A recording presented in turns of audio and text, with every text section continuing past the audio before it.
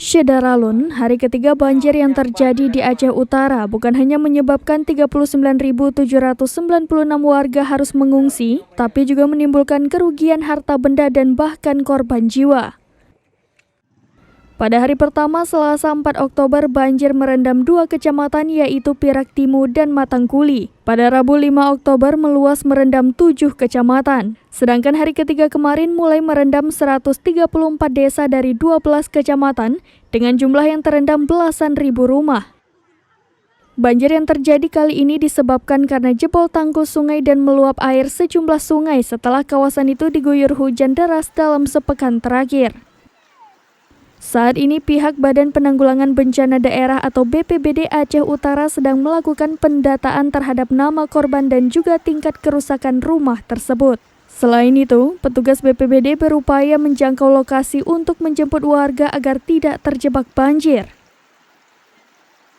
Informasi lain yang dikumpulkan Serambi, seorang warga yang sedang sakit meninggal ketika dalam proses evakuasi dari Cot Gire ke RSU Cut Mutia Aceh Utara karena mobil ambulans mogok dalam banjir sesampai di kilometer 2.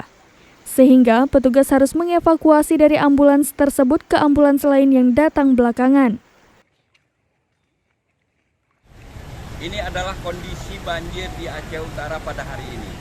Nah, kalau kita lihat memang rata-rata di 12 kecamatan itu airnya sudah mulai surut.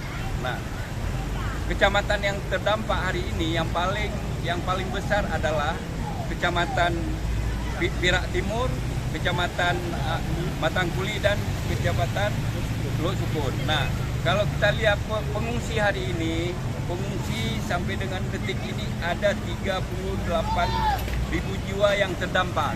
Sedangkan pengungsi sebanyak 25.180 jiwa. Kepala BPBA Dr. Ilyas juga menyerahkan bantuan pemerintah Aceh kepada korban banjir di Aceh Utara yang diserahkan secara simbolis. Bantuan tersebut diterima Kepala Pelaksana BPBD Aceh Utara Asnawi ST. Dari Aceh Utara, Jafarudin, Serambi On TV.